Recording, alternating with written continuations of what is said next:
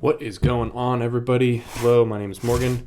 Today I have my RX1R Mark II here. I purchased it used, but it came with all of the little goodies. So I thought I'd do a little kind of what's in the box situation here with the RX1R Mark II. So with that, let's get started.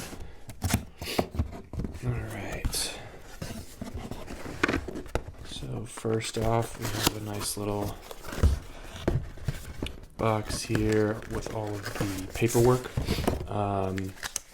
And the paperwork here, if you look at the dates, like this says 2015. So, and they've been making this camera for a very long time, 2015. So I was trying to figure out when this particular model was made. So that says 2015, but then this says 2017. And then we've got a promotional situation here where you can kind of register your product and get a chance to win. This says it's from 2020. So this makes me think that this camera was at least sold in 2020 such that Sony put some paperwork from 2020 in there. But anyways, so that's that. The next item we have in here is the little eye cap that goes on top of the little viewfinder that pops up, and I'll show you how that works later. Next, we've got an extra battery that did not come with the original, but I have it in the box. And then USB charger. Simple enough. What else we got in here? And the power supply. Pretty standard for Sony.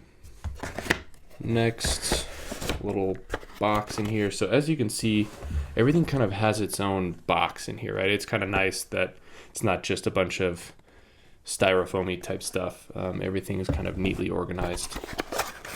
And if we look in here, we've got the nice branded RX1R strap. This strap is really nice. So I've got a Leica M11 with a leather strap as well, and I would say on par, same quality, which is fantastic.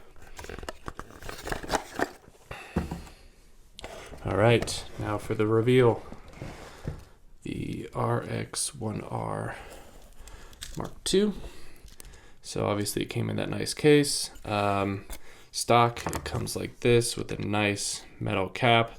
I've got a B&W filter on there. But yeah, this is a camera. It is super small. I think this is about the same kind of rectangular dimensions here as the RX100 series.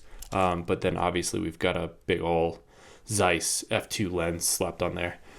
But yeah, fantastic feeling camera. The build quality, all metal.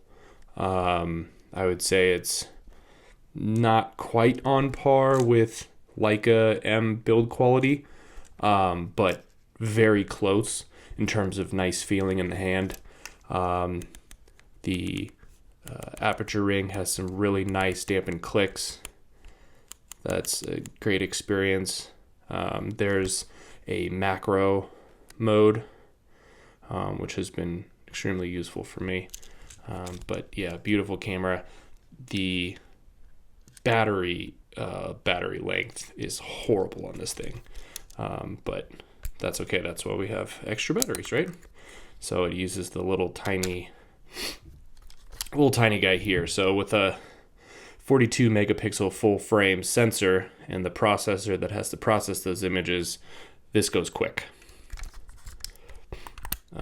Now the autofocus system on this camera is pretty dated, right? It's 2022 now, and if you're used to, like a A7 IV, even a A7 III, or a Canon R6, R5, any of that, this is gonna feel ancient from a autofocus perspective. But I mean, in my opinion, this is kind of more of a travel specialty camera.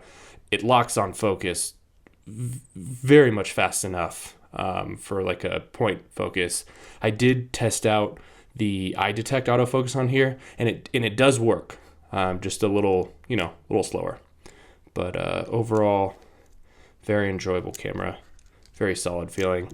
I have no doubt that this will last for, decades and decades. But yeah, so hope you guys enjoyed. Thanks.